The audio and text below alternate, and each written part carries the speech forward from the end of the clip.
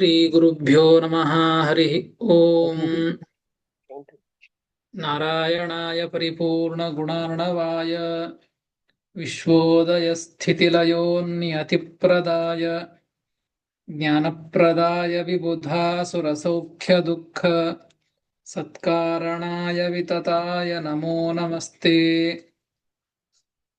ಅಶೇಷವಾಗ್ಜಾಡ್ಯಮಲಾಪಹಂತ್ರಿ ನವಂ ನವಂ ಸ್ಪಷ್ಟಸುವಾಕ್ಪ್ರದಾಯಿನಿ ಮಮೀಹ ಜಿಹ್ವಾಗ್ರಸುರಂಗನರ್ತಕೀ ಭವಪ್ರಸನ್ನಾ ವದನೆ ಚ ಮೇ ಶ್ರೀಃ.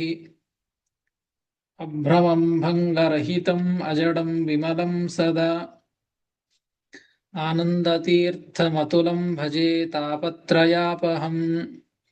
ಯಸ್ಯ ವಾಕ್ಕಾಮಧೇನುರ್ನಃ ಕಾಮಿತಾರ್ಥಾನ್ ಪ್ರಯಚ್ಛತಿ ಸೇವೇತಂ ಜಯಯೋಗೀಂದ್ರಂ ಕಾಮಬಾಣಚ್ಛಿದಂ ಸದಾ. ಪೂಜ್ಯಾಯ ರಾಘವೇಂದ್ರಾಯ ಸತ್ಯಧರ್ಮರತಾಯ ಚ ಭಜತಾಂ ಕಲ್ಪವೃಕ್ಷಾಯ ನಮತಾಂ ಕಾಮಧೇನವೇ. ಸತ್ಯಾಭಿಘ್ನಕರಾಬ್ಜೋತ್ಥಾನ್ ಪಂಚಾಶದ್ವರ್ಷಪೂಜಕಾನ್ ಸತ್ಯಪ್ರಮೋದತೀರ್ಥಾರ್ಯಾನ್ ನೌಮಿನ್ಯಾಯ ಸುಧಾರತಾನ್. ಆಪಾದಮೌಲಿಪರ್ಯಂತಂ ಗುರುಣಾಂ ಆಕೃತಿಂ ಸ್ಮರೇತ್ ತೇನ ವಿಘ್ನಾಃ ಪ್ರಣಶ್ಯಂತಿ ಸಿದ್ಧ್ಯಂತಿ ಚ ಮನೋರಥಾಃ. ಶ್ರೀ ಗುರುಭ್ಯೋ ನಮಃ ಹರಿ ಓಂ. ಶ್ರೀಮನ್ಮಹಾಭಾರತ ತಾತ್ಪರ್ಯ ನಿರ್ಣಯದ 3ನೇ ಅಧ್ಯಾಯ. ಜಗತ್ತಿನ ಸೃಷ್ಟಿಯನ್ನ ತಿಳಿಸ್ತಾ ಮುಂದೆ ಆ ಬ್ರಹ್ಮದೇವರು ಜಗತ್ತಿನೊಳಗೆ ಯಾವ ರೀತಿಯಾಗಿ ಸೃಷ್ಟಿಯನ್ನ ಮಾಡ್ತಾ ಇದ್ದದ್ದು ಅಂತ ಶ್ರೀಮದಾಚಾರ್ಯರು ತಿಳಿಸಿದ್ದು. ಆ ಕಮಲದಿಂದಲೇನೆ 14 ಲೋಕಗಳ ಸೃಷ್ಟಿಯನ್ನ ಮಾಡಿದ್ರು ಅಂತ ಮೊನ್ನೆ ತಿಳಿದದ್ದು. ತಥೋ ವಿರಿಂಚೋ ಭುವನಾನಿ ಸಪ್ತ ಸಪ್ತಕಾನ್ಯಾಶು ಚಕಾರ ಸೋಬ್ಜಾತ್ ಅಂತ ಈ ರೀತಿಯಾಗಿ ಆ ಸೃಷ್ಟಿಯ ವಿಚಾರವನ್ನ ತಿಳಿಸಿಕೊಟ್ಟದ್ದು.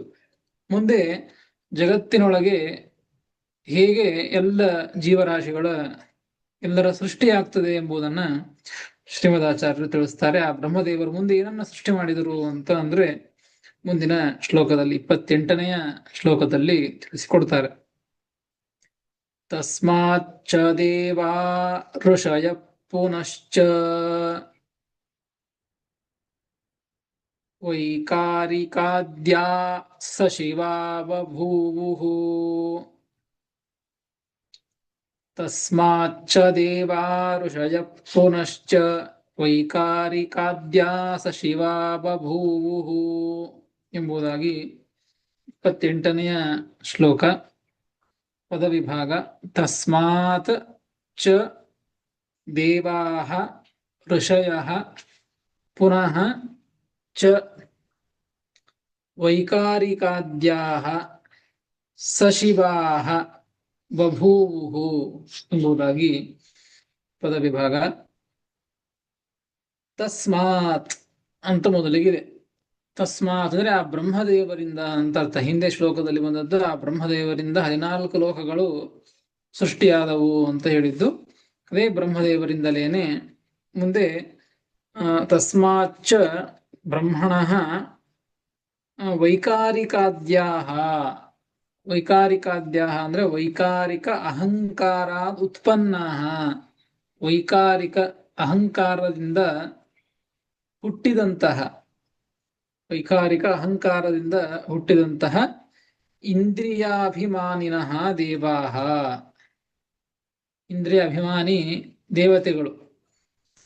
ಆ ಇಂದ್ರಿಯ ಅಭಿಮಾನಿ ದೇವತೆಗಳನ್ನ ಸೃಷ್ಟಿ ಮಾಡ್ತಾ ಇದ್ದಾರೆ. ಅಂದ್ರೆ ಆ ಇಂದ್ರಿಯ ಅಭಿಮಾನಿ ದೇವತೆಗಳು ಆ ಬ್ರಹ್ಮದೇವರಿಂದ ಹುಟ್ಟಿದರು ಅಂತ ಇದ್ದಾರೆ. ವೈಕಾರಿಕಾದ್ಯಾಹ ಆದ್ಯ ಶಬ್ದೇನ ತೈಜಸಾಹ ಪ್ರಾಣಾದ್ಯಾಹ ತಾಮಸಾಹ ಗಣೇಶಾದ್ಯಾಹ. ಇಷ್ಟೇ ಇದ್ದದ್ದು ಈ ಶ್ಲೋಕದಲ್ಲಿ. ಒಟ್ಟು ಹಿಂದೆ ಒಂದು ಬಾರಿ ಬಂತು. ಬ್ರಹ್ಮಾಂಡದ ಹೊರಗಿನ ಸೃಷ್ಟಿಯನ್ನ ಹೇಳುವಾಗ ಅಲ್ಲಿ ಬಂದದ್ದು ರುದ್ರದೇವರು ಹುಟ್ಟಿದ್ರು. ಆ ರುದ್ರದೇವರು ಮೂರು ರೀತಿಯಾದಂತಹ ರೂಪಗಳನ್ನ ಹೊಂದಿದ್ದು, ಅದರಿಂದ ವೈಕಾರಿಕ, ತೈಜಸ, ತಾಮಸ ಎಂಬುವಂತಹ ಆ ಮೂರು ರೂಪಗಳಿಂದಲೇನೆ, ಆ ಗುಣಗಳಿಂದಲೇನೆ ಆ ರೀತಿಯಾಗಿ ಆ ಗುಣಗಳಲ್ಲಿ ನಿಯಾಮಕರಾಗಿ ಇದ್ದು ಆ ರುದ್ರದೇವರಿಂದ ಮೂರು ತರಹದ ದೇವತೆಗಳು ಹುಟ್ಟಿದರು ಅಂತ ಹಿಂದೆ ಕೇಳಿದ್ದು. ಅದನ್ನೇ ಹೇಳ್ತಾ ಇದ್ದಾರೆ ಇಲ್ಲಿ. ಇಲ್ಲಿ ಶ್ಲೋಕದಲ್ಲಿದ್ದದ್ದು ವೈಕಾರಿಕಾದ್ಯಾಹ ಅಂತ ಹೇಳಿದ್ದಾರೆ. ಆದಿ ಶಬ್ದವನ್ನು ಬಳಸಿದ್ದು. ವೈಕಾರಿಕಾದ್ಯಾಹ ಅಂದ್ರೆ ವೈಕಾರಿಕ ಅಹಂಕಾರದಿಂದ ಹುಟ್ಟಿದವರು ಇಂದ್ರಿಯಾಭಿಮಾನಿ ದೇವತೆಗಳು. ಇನ್ನು ಆದಿ ಶಬ್ದ ಇದ್ದುದರಿಂದ ತೈಜಸ ಅಹಂಕಾರ ಮತ್ತು ತಾಮಸ ಅಹಂಕಾರವನ್ನ ತೆಗೆದುಕೊಳ್ಳಬೇಕು. ತೈಜಸ ಅದರಿಂದ ಹುಟ್ಟಿದವರು ಯಾರಂದ್ರೆ ಪ್ರಾಣಾದ್ಯಾಹ, ಪ್ರಾಣಾದಿ ದೇವತೆಗಳು. ತಾಮಸಾಹ ಆದಿ ಶಬ್ದದಿಂದ ವೈಕಾರಿಕ ತೆಗೆದು ಬಂದದ್ದು, ಆದಿ ಶಬ್ದದಿಂದ ತೆಗೆದುಕೊಳ್ಳಬೇಕಾದದ್ದು ತೈಜಸ ಮತ್ತು ತಾಮಸ ಅಹಂಕಾರ. ಅದರಿಂದ ಹುಟ್ಟಿದವರು ಗಣೇಶಾದ್ಯಾಹ, ತಾಮಸಾಹ ಗಣೇಶಾದ್ಯಾಹ ಅಂತ ಈ ರೀತಿಯಾಗಿ ತಿಳಿಸ್ತಾರೆ. ಹೀಗಾಗಿ ವೈಕಾರಿಕಾದ್ಯಾಹ, ತಸ್ಮಾತ್ ಆ ಬ್ರಹ್ಮದೇವರಿಂದ ವೈಕಾರಿಕಾದ್ಯಾಹ ಅಂತಂದ್ರೆ ಇಂದ್ರಿಯಾಭಿಮಾನಿ ದೇವತೆಗಳು, ಪ್ರಾಣಾದಿ ದೇವತೆಗಳು ಮತ್ತು ಗಣೇಶಾದಿ ದೇವತೆಗಳು ಇವರು. ಮತ್ತು ಅವ್ರು ಹೇಗೆ ಹುಟ್ಟಿದ್ರು ಅಂದ್ರೆ ಸಶಿವಾಹ, ಬರೀ ಹಾಗೇ ಅಲ್ಲ, ರುದ್ರದೇವರಿಂದ ಸಹಿತರಾಗಿ ಅವರು ಹುಟ್ಟಿದರು ಅಂತ ಈ ರೀತಿಯಾಗಿ ಹೇಳ್ತಾ ಇದ್ದಾರೆ. ಸಶಿವಾಹ ವೈಕಾರಿಕಾದ್ಯಾಹ ಮತ್ತು ದೇವಾಹ ಅಂತ ಅರ್ಥ. ಸಶಿವಾಹ ವೈಕಾರಿಕಾದ್ಯಾಹ ದೇವಾಹ ಬಭೂವು ಅಂತ ಅರ್ಥ. ಅವರು ಬ್ರಹ್ಮದೇವರಿಂದ ಹುಟ್ಟಿದರು.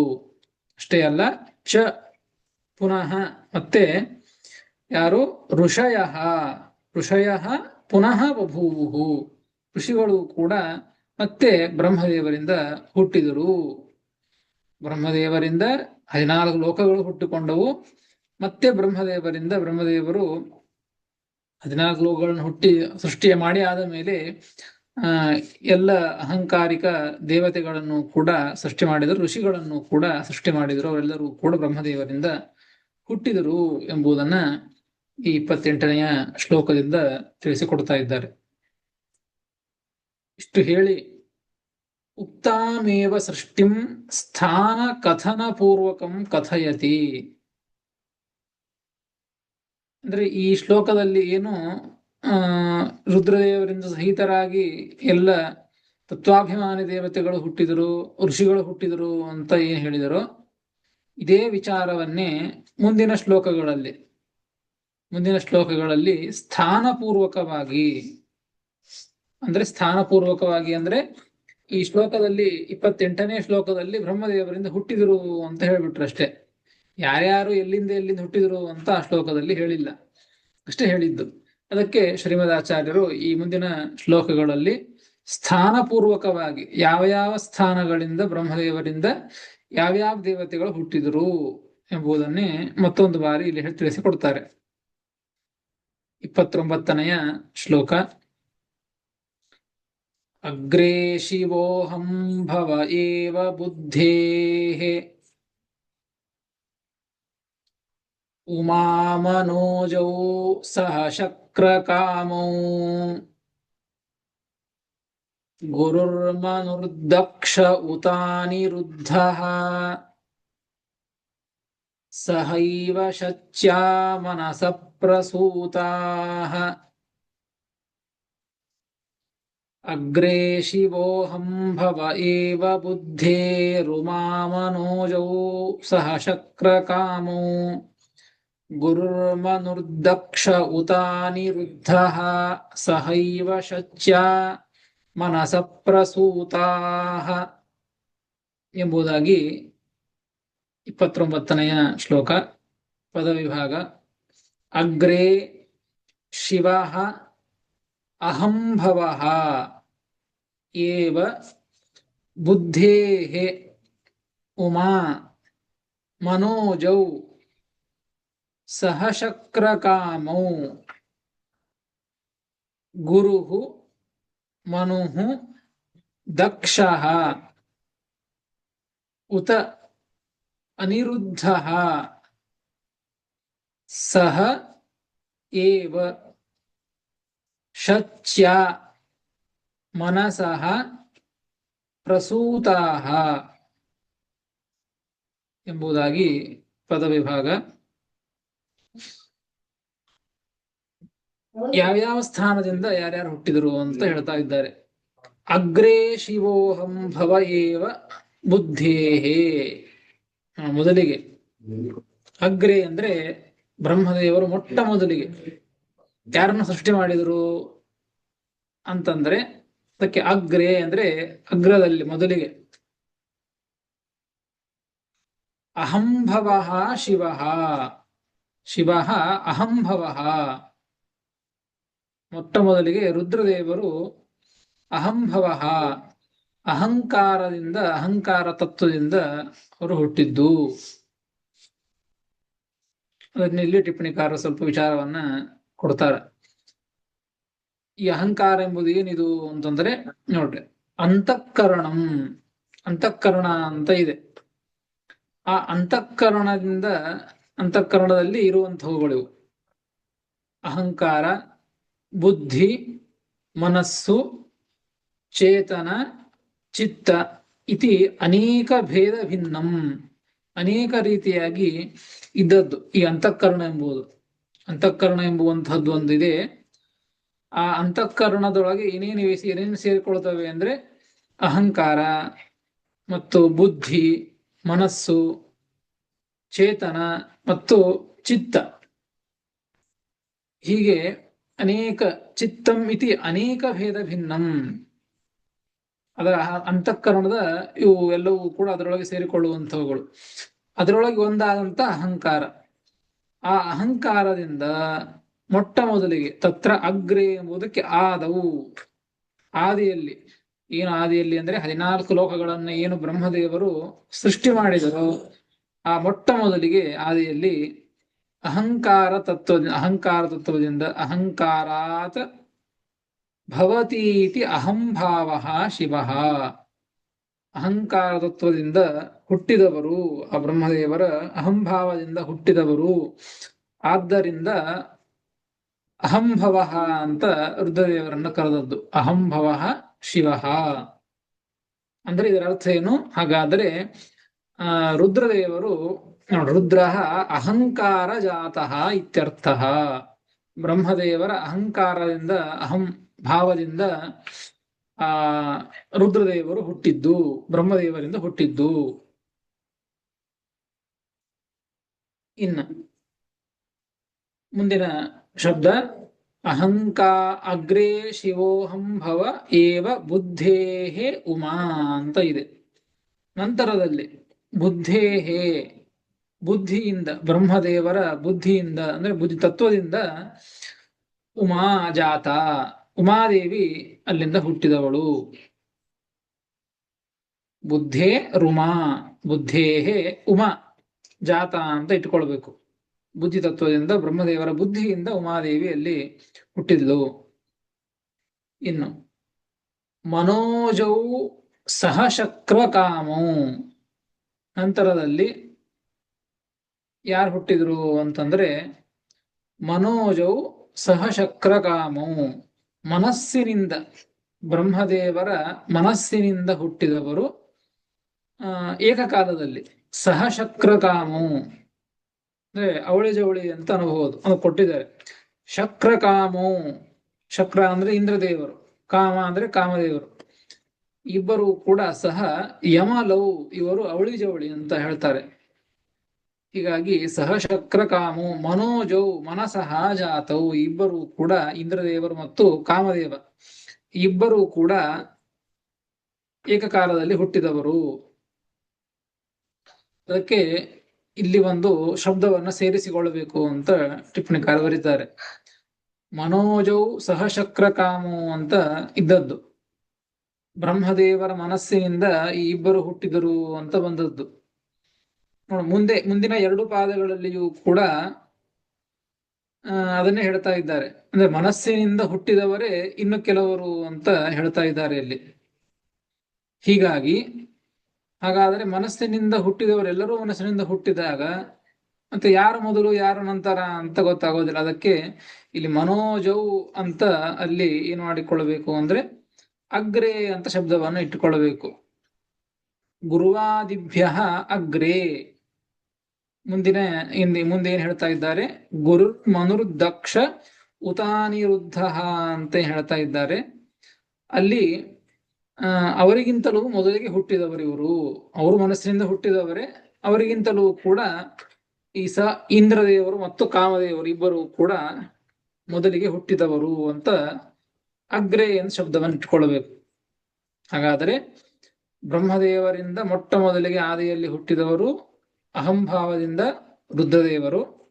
ನಂತರದಲ್ಲಿ ಹುಟ್ಟಿದವರು ಬುದ್ಧಿಯಿಂದ ಹುಟ್ಟಿದವರು ಉಮಾದೇವಿ. ಅನಂತರದಲ್ಲಿ ಮನಸ್ಸಿನಿಂದ ಹುಟ್ಟಿದವರು ಇಂದ್ರ ಮತ್ತು ಕಾಮರು. ಇವರ ಆದ ಮೇಲೆ ಅವರು ಮನಸ್ಸಿನಿಂದ ಹುಟ್ಟಿದವರೇ. ಯಾರು ಅಂದ್ರೆ ಗುರು ಮನುರ್ದಕ್ಷ ಉತಾನಿರುದ್ಧ. ಪದಚ್ಛೇದ ಮಾಡಿಕೊಳ್ಳಬೇಕಲ್ಲ. ಗುರು ಮನು ದಕ್ಷ ಉತ ಅನಿರುದ್ಧ ಸಹ ಏವ ಶಚ್ಯ ಮನಸಃ ಪ್ರಸೂತಃ. ಒಟ್ಟು 5 ಜನ. ಮನಸಃ ಗುರುವಾದಯ ಪಂಚ. ಇಂದ್ರಕಾಮರು ಶಕ್ರಕಾಮರು ಆದ ಮೇಲೆ ಈ 5 ಜನ ಹುಟ್ಟಿದವರು. ಮನಸ್ಸಿನಿಂದ ಹುಟ್ಟಿದ್ದು, ಬ್ರಹ್ಮದೇವರ ಮನಸ್ಸಿನಿಂದಲೇನೆ ಹುಟ್ಟಿದವರು. ಯಾರ್ಯಾರು? ಗುರುಹು ಅಂದ್ರೆ ಬೃಹಸ್ಪತ್ಯಾಚಾರ್ಯರು. ಮನು ಅಂದ್ರೆ ಸ್ವಯಂಭುವ ಮನು. 14 ಮನುಗಳಿದ್ದಾರೆ, 14 ಮನ್ವಂತರಗಳು. 14 ಮನ್ವಂತರಗಳಿಗೆ ಅಧಿಪತಿಗಳು 14 ಮನುಗಳು. ಅದರಲ್ಲಿ ಮೊದಲನೆಯ ಮನ್ವಂತರ ಸ್ವಯಂಭುವ ಮನ್ವಂತರಕ್ಕೆ ಅಧಿಪತಿಯಾದಂತಹ ಮನು ಸ್ವಯಂಭುವ ಮನು. ಇಲ್ಲಿ ಮನು ಶಬ್ದದಿಂದ ಸ್ವಯಂಭುವ ಮನುವನ್ನ ಇಟ್ಟುಕೊಳ್ಳಬೇಕು. ಇನ್ನು ಗುರು ಅಂದ್ರೆ ಬೃಹಸ್ಪತ್ಯಾಚಾರ್ಯರು, ಮನು ಅಂದ್ರೆ ಸ್ವಯಂಭುವ ಮನು, ದಕ್ಷ ಪ್ರಜಾಪತಿ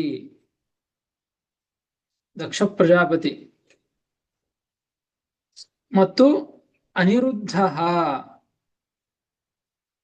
ಈ 4 ಜನ ಇವರು ಸಹೈವ ಶಚ್ಯ ಸಹೈವ.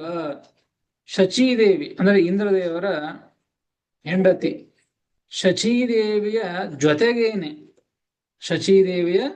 ಜೊತೆಗೇನೆ ಅಂದ್ರೆ ಸಮಾನವಾಗಿ ಅಂತ ಅವ್ರ ಜೊತೆಗೆ ಏಕಕಾಲದಲ್ಲಿ ಅಂದ್ರೆ ಇವರು ಈ 5 ಜನ ಒಟ್ಟಾರೆಯಾಗಿ ಗುರು ಮನು ದಕ್ಷ ಅನಿರುದ್ಧ ಶಚೀದೇವಿ 5 ಜನರು ಕೂಡ ನಂತರದಲ್ಲಿ ಶಕ್ರಕಾಮರಾದ ಮೇಲೆ ಬ್ರಹ್ಮದೇವರ ಮನಸಃ ಪ್ರಸೂತಾಹ ಮನಸ್ಸಿನಿಂದ ಹುಟ್ಟಿದವರು ಅಂತ ಈ ರೀತಿಯಾಗಿ ಬ್ರಹ್ಮದೇವರಿಂದ ಯಾರ್ಯಾರು ಎಲ್ಲಿಂದ ಹುಟ್ಟಿದ್ದು ಅಂತ ತಿಳಿಸಿಕೊಡ್ತಾ ಇದ್ದಾರೆ. ಗುರು ಮನುರ್ದಕ್ಷ ಉತಾನಿರುದ್ಧ ಸಹೈವ ಶಚ್ಯ ಮನಸ ಪ್ರಸೂತಾಹ. ಮತ್ತೆ ಮುಂದಿನ ಶ್ಲೋಕದಲ್ಲಿಯೂ ಕೂಡ ಅದನ್ನೇ ತಿಳಿಸಿಕೊಡ್ತಾರೆ. ಮತ್ತೆ ಯಾರು ಎಲ್ಲಿಂದ ಬ್ರಹ್ಮದೇವರಿಂದ ಎಲ್ಲಿಂದ ಹುಟ್ಟಿದ್ರು ಅಂತ ಹೇಳ್ತಾರೆ. 30ನೆಯ ಶ್ಲೋಕ. ಚಕ್ಷುಶ್ರುತಿಭ್ಯಾಂ ಸ್ಪರ್ಶಾತ್ ಸಹೈವ ರವಿಶಶೀಧರ್ಮ ಇಮೇ ಪ್ರಸೂತಾಃ ಜಿಹ್ವಾ ಭವೋ ವಾರಿಪತಿರ್ನಸೋಶ್ಚ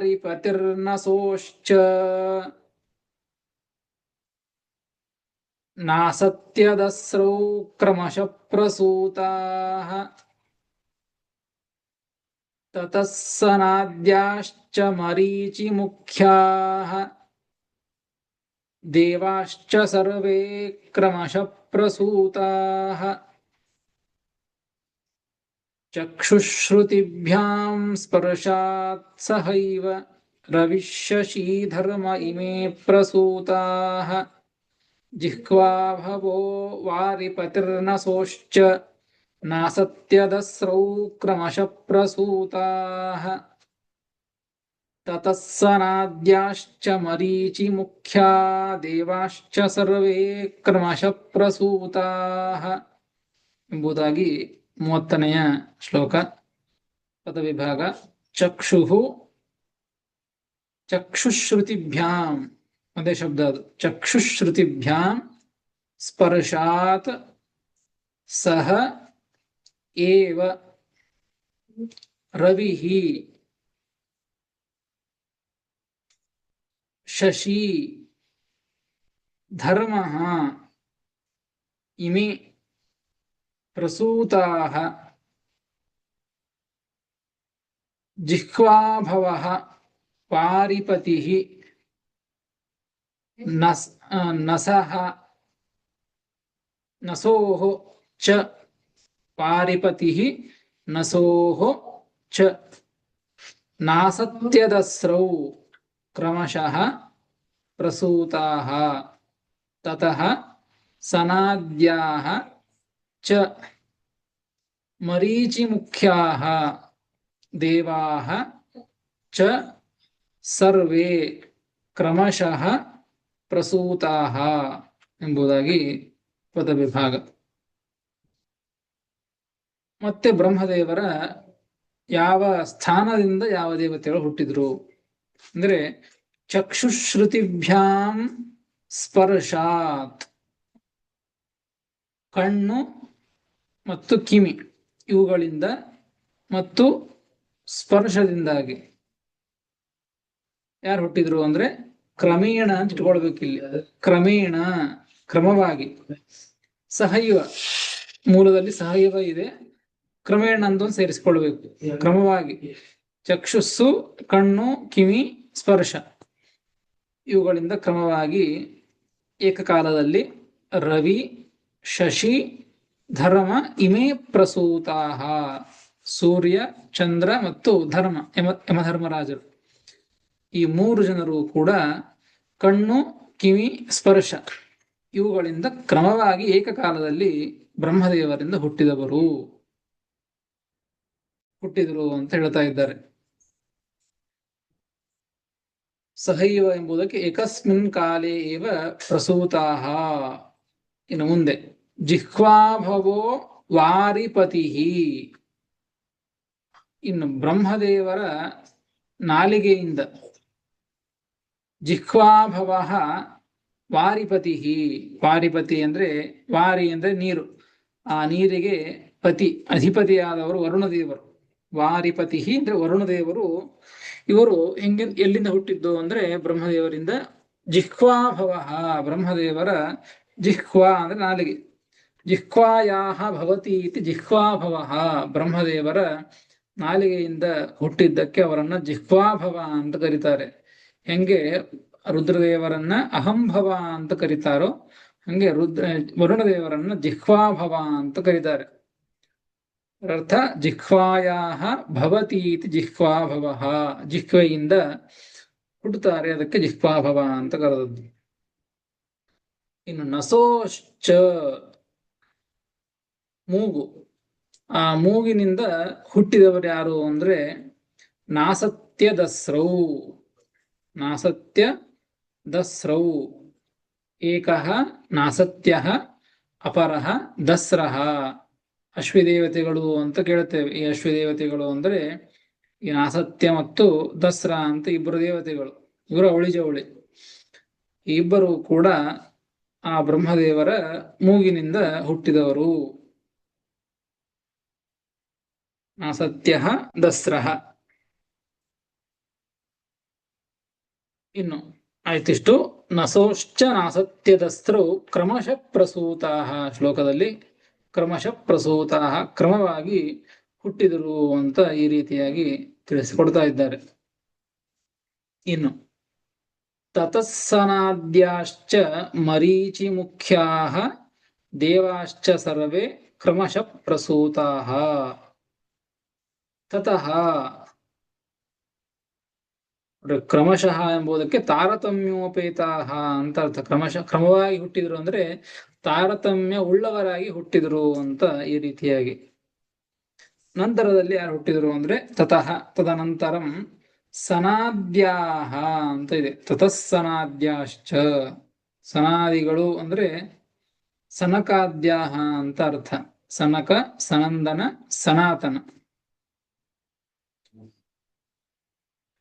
ಈ ರೀತಿಯಾಗಿ. ಸನಾದ್ಯಾಹ ಅಂದ್ರೆ ಸನಕಾದ್ಯಾಹ ತ್ರಯಃ, ಮೂರು ಜನ.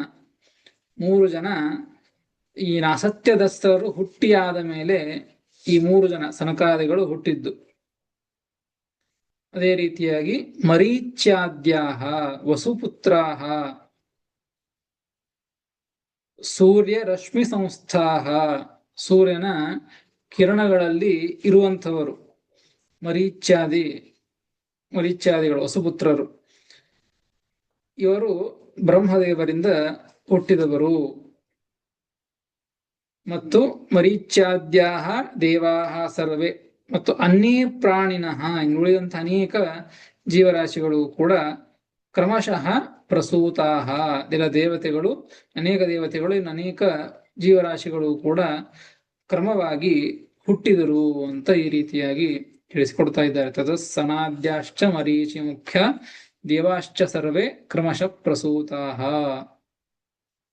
ಎಲ್ಲರ ಹೆಸರನ್ನು ಹೇಳಲಿಕ್ಕೆ ಆಗೋದಿಲ್ಲ ಅಂತ ಮುಖ್ಯವಾದಂಥವರನ್ನ ಮಾತ್ರ ಯಾರ್ಯಾರೆಲ್ಲಿಂದ ಹುಟ್ಟಿದರು ಅಂತ ತಿಳಿಸಿಕೊಟ್ಟಿರ್ತಾರೆ. ಇನ್ನು ಅನೇಕ ಜೀವರಾಶಿಗಳಿದ್ದಾರೆ, ಹೀಗಾಗಿ ಕ್ರಮಶಃ ಪ್ರಸೂತಾಹ ಅಂತ ಈ ರೀತಿಯಾಗಿ ತಿಳಿಸಿಕೊಟ್ರು. ಗುರುಗಳೊಂದು ಪ್ರಶ್ನೆ ಇದೆ ಗುರುಗಳೇ. ಹೇಳ್ರಿ. ಈಗ ಪುರುಷ ಸೂಕ್ತದಲ್ಲಿ ಚಂದ್ರಮಾ ಮನಸ್ಸು ಜಾತು ಅಂತ ಬರ್ತದಲ್ಲ, ಅದೇನ್ ಗುರುಗಳೇದು? ಅದು ಬೇರೆಯಾ? ಅಂದ್ರೆ ಅವತಾರ ಹುಟ್ಟಿದ್ದು ಬೇರೆ ಬೇರೆ ತರದಿವೆ. ಬಹಳ ಕಡೆ ಹುಟ್ಟಿದ್ದಾರೆ. ಬ್ರಹ್ಮದೇವರಿಂದ ಹುಟ್ಟಿರ್ತಾರೆ, ಭಗವಂತನಿಂದ ಹುಟ್ಟಿರ್ತಾರೆ.